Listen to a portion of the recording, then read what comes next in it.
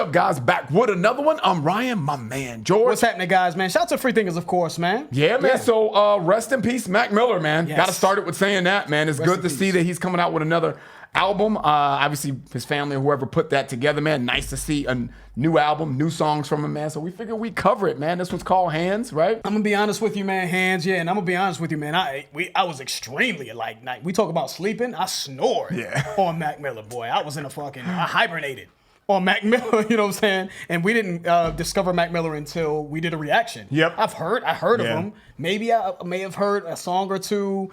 But he just never was really on my radar until his passing. Yeah. I'll be the first to tell you that. But he showed me something on that self-care song, and he showed me something when we did the Tiny Desk video, which is a block now. But I was like, I recognized something in him, of this sort of introspective, sort of poetic feel that he had, and then I kind of started looking more into him, and I realized that he's more of a musician. Yeah, and I saw him doing some keys work, and a lot of respect from a lot of people he got a lot of respect from a lot of people that I respect. Yeah, musicians and rappers alike. So it's unfortunate, of course, that I didn't get to him until after his death. But I guess better late than never. Absolutely. You know what I mean? Because I definitely see the guy's talent, man. So don't really know too much about this project or what it's about. Haven't done any research whatsoever. We're going into this completely blind. So Hands was a decent sized request, not the biggest request. I think Hand Me Downs, Surfboard were bigger requests. Yeah.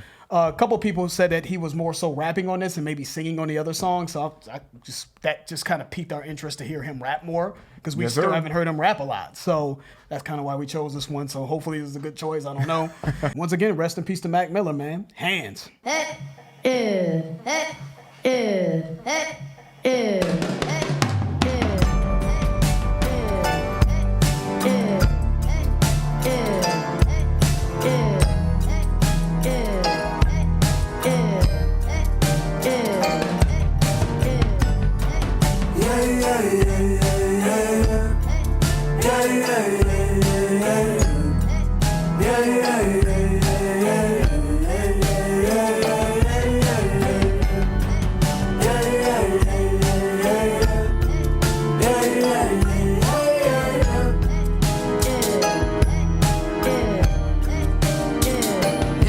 Why don't you wake up from your bad dreams? When's the last time you took a little time for yourself?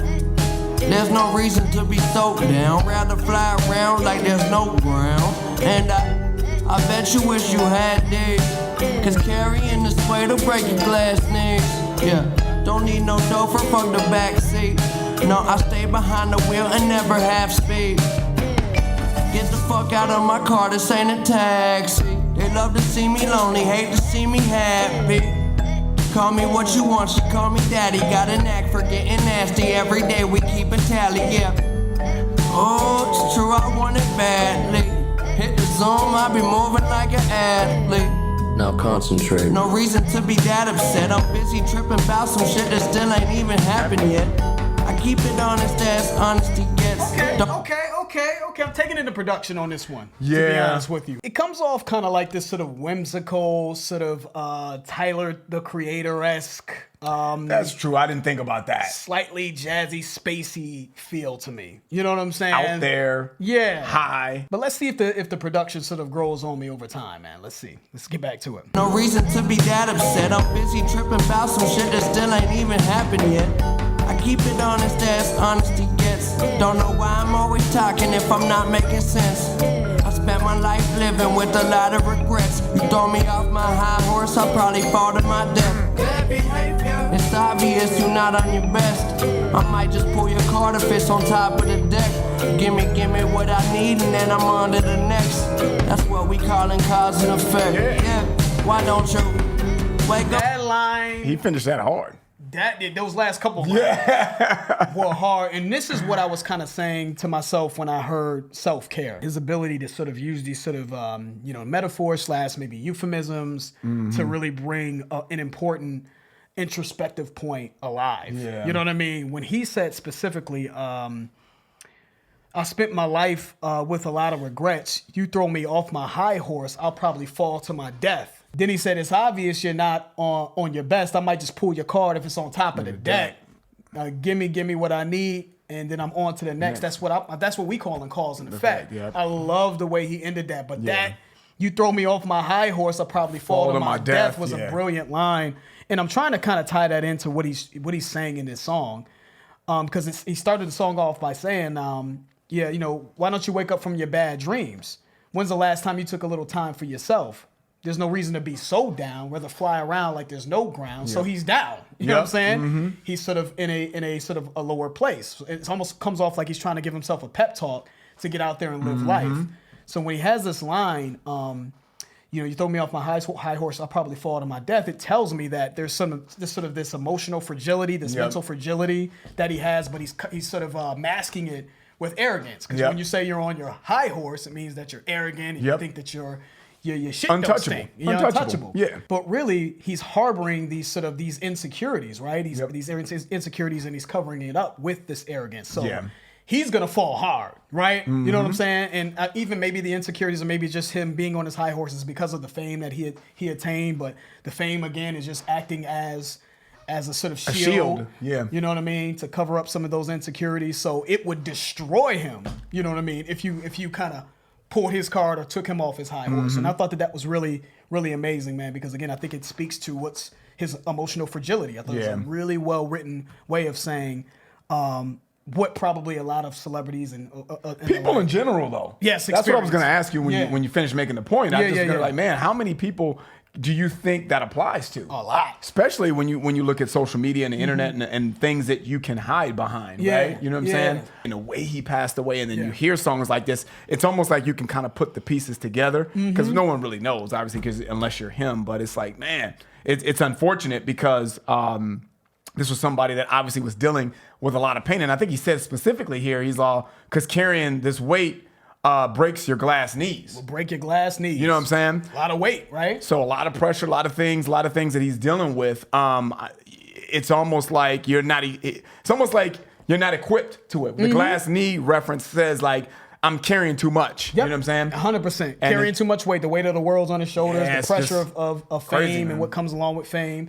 He said they love to see me lonely, hate to see me happy. Right? These are all breadcrumbs that he was leaving. Until his death.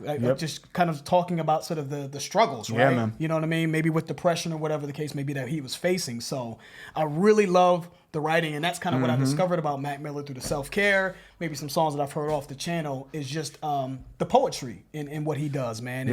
And the fact that he was more about the art. You know, he was. So that was really dope, man. So let's keep it going now. Give me what I need, and then I'm on to the next.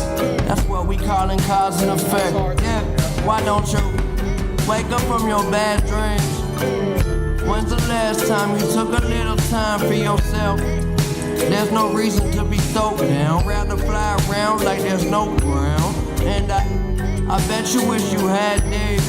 Cause carrying this weight will break your glass knees. Yeah. Don't need no chauffeur, fuck the backseat. No, I stay behind the wheel and never have speed.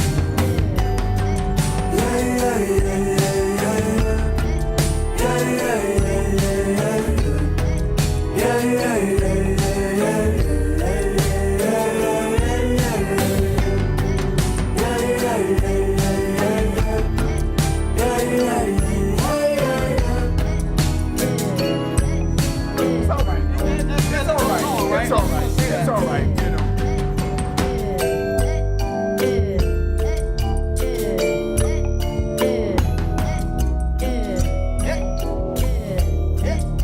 Somebody got the hiccups like a mom. I gotta go.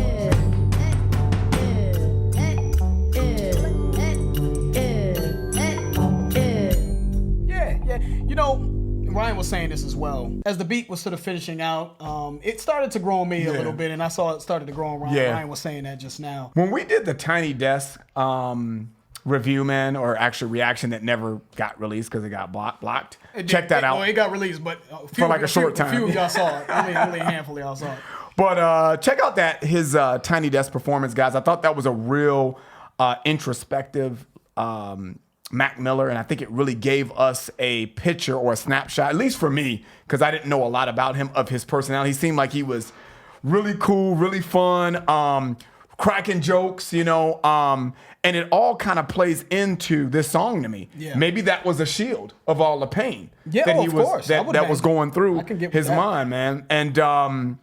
And it's sad, man. But one of the things, switching gears here, man, one of the things that I like that he said in the chorus here that I missed the first time I heard the chorus, because I brought up the line, because carrying this weight will break your glass knees. He said, yeah, don't need no chauffeur from the back seat. So I don't need a chauffeur from the back seat. So I find that interesting, man, because he passed away and the way he passed away, man, when I hear you don't need a chauffeur from the back seat, it's almost like if you don't have any direction in your life, you know what I mean? If you're just along for the ride, so to speak, and just let life happen to you, you're not in control. You're not being proactive about the outcome and the success and the things in your life, man. It's just sad, man. It's sad to kind of think about it because it's like, you just don't know. There's so much you don't know. But I just wanted to point out with this song that I'm seeing his talent. I see that Mac Miller was very poetic. I think he had his own style.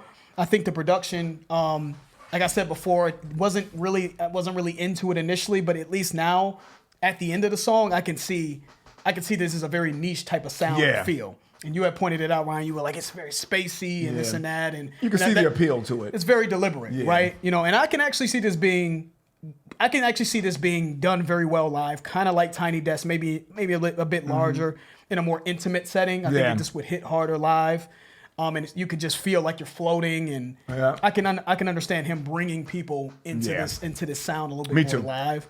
You know what I mean? So, rest in peace to the man. Yes, sir, man. I'm going to keep checking out more stuff from him. Give us some songs to go back to some old school Mac Miller. A lot of you guys said a lot of the magic that that Mac Miller had was in some of his older work. So give us some suggestions, man. We're going to keep doing some stuff from him. Yes, sir. So that's it. If you guys enjoyed that, please hit the like button. If you haven't subscribed, please subscribe. I'm George. That's Ryan, Las Vegas. We out.